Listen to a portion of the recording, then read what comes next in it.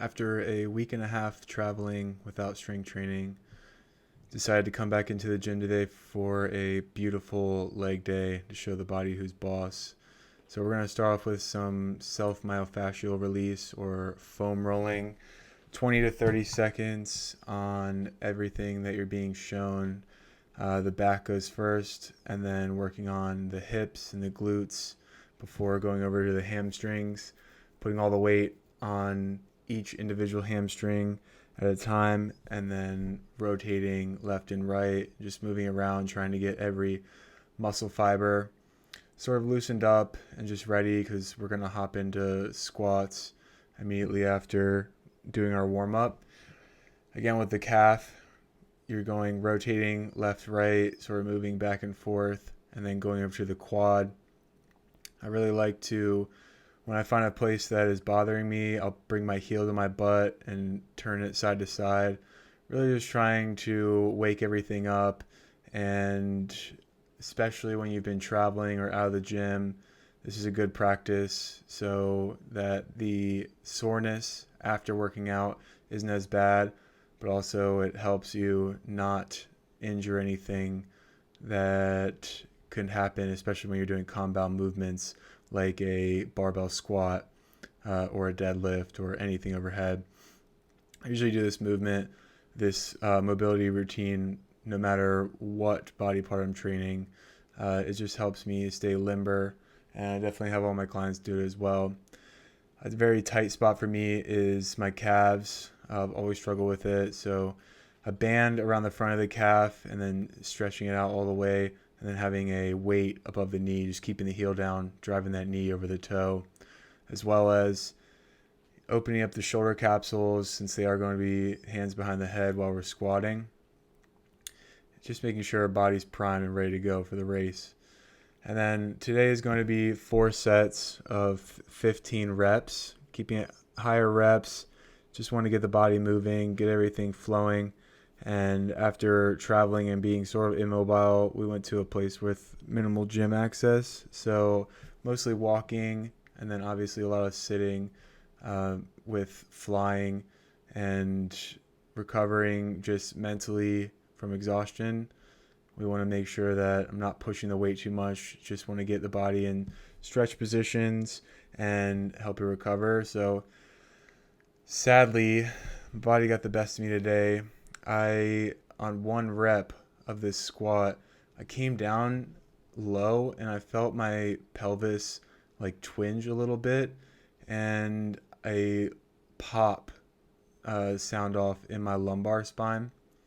So everything I just told you basically didn't work because I forgot on one rep coming back in to not hold on to my abs. And that's all it took was one rep, and I'm sitting here in pain with icy hot on my lower back. And just from being immobile and, you know, not being cautious of focusing on what I'm doing, when you're doing higher reps, it's easy to forget the little things, and I forgot the little thing on just one rep, and it's probably going to take a week or two to recover from that.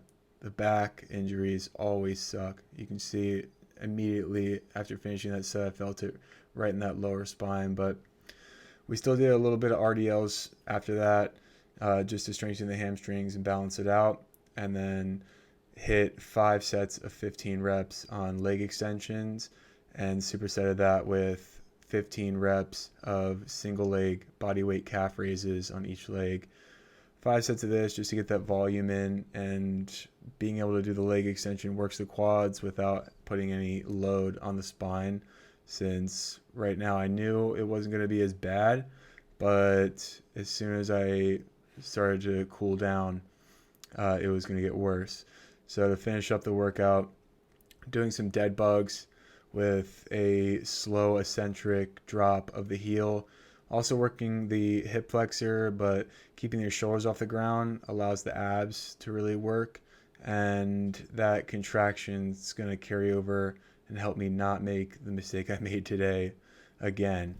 And I didn't tell my training partner how many reps or anything that we were doing on this. I sort of just went until she stopped, just to see, sometimes how long people will push themselves to go. But it does burn after a while just holding that position. What I should have done at the beginning of the workout, but I ended up doing at the end, was this masterpiece of loosening up your lower back and your spine as a whole. So heels on the ground, knees bent, arms out to the side, upper back stuck to the floor, doing 6 reps each side. So 6 reps each side with the heels touching the ground, knees moving side to side, and then 6 reps with the feet off the floor, knees bent, back on the floor. Uh, yeah. And then the last one is 6 reps each side with the legs straight out. Trying to control it a little bit, but really just trying to open up that spine. Again, I wish I would have done this before we squatted, but here we are. Can't go back in time. If I could, I would. And I would do those before I did my leg day. So in pain, here's the best thing to recover. I have the Power Dot on here on my lower spine, and that's electro stem machine. We don't really have gyms where we were at in Balbriggan, and so I honestly didn't do, besides walking, too much movement. I didn't do any strength training. On top of that, sitting down in a plane for 12 hours total, and I think just that shortening of the muscles. And then I warmed up, as you saw. We did foam rolling, warmed up the Achilles and the calf, and the only thing I missed before the workout was doing the lower back mobilization workout. I did that at the end, not doing it before the beginning.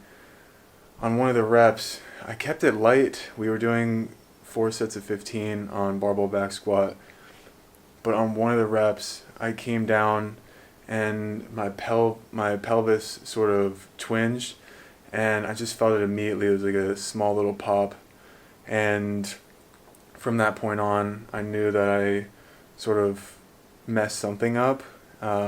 Not bad, like I still did another set of squats after that, but I've been feeling it ever since. So I think just being in a shortened position and sort of immobile for the most part with like a load on my back, and then doing that squat, and I think I just went too low, and I lost the contraction in my abs on one rep, and that's really all it took. And I just felt a little pop in my lumbar spine to my tailbone.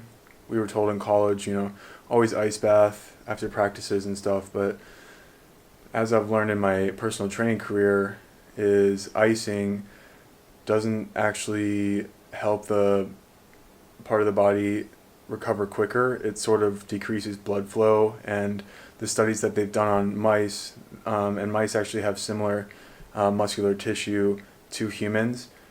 The mice that are hurt and iced to recover usually recover 4 days longer. It takes 4 days longer to recover than the mice that were used heat to heal. And I've definitely found that to be true with my clients and myself. So not taking inflammatory medicine, not doing ice to try and help with the inflammation. I'm doing stem. I can't really elevate my lower back above my heart unless I'm hanging upside down, and I don't have that set up yet here, but I am planning on getting into hanging upside down again, just for the benefits of elongating the spine and taking the stress off the knees, since we always are standing up and gravity's pushing us down on our feet, having them above, and sort of decompression of the spine. It's great. It's just sort of a pain in the arse to do and get into comfortably.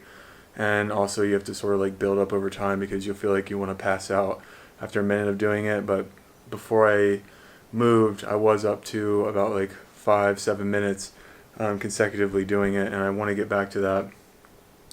But for now, I'm going to stem and either use a heat pad and or pop some Epsom salt in a bath and take a hot bath and just try and get some extra blood flow to the area and try and heal it. And then I obviously won't be doing deadlifts. I'm sure it's going to get worse over the next couple days, but just some active recovery, and you can always do upper body and with some back supported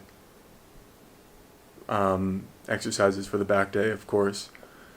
And just being careful with making sure I overemphasize my abs on anything that I'm picking up below the knees to not make this situation worse. But main point of that is not icing when you hurt something, because it can decrease the time that it takes to actually recover that part of your body. Using stem machines like the one you saw on my back, and heating pads and Epsom salt, or just hot water baths or hot tub if you have access to it, are going to increase the rate of recovery over icing it and stopping your body's natural mechanism of getting new blood to the area and trying to heal it. So the better choice is to try and bring heat to the area and allow your body to increase its healing process by getting new blood to the area quicker. So yeah, that's my advice, and that's what I'm going to be doing.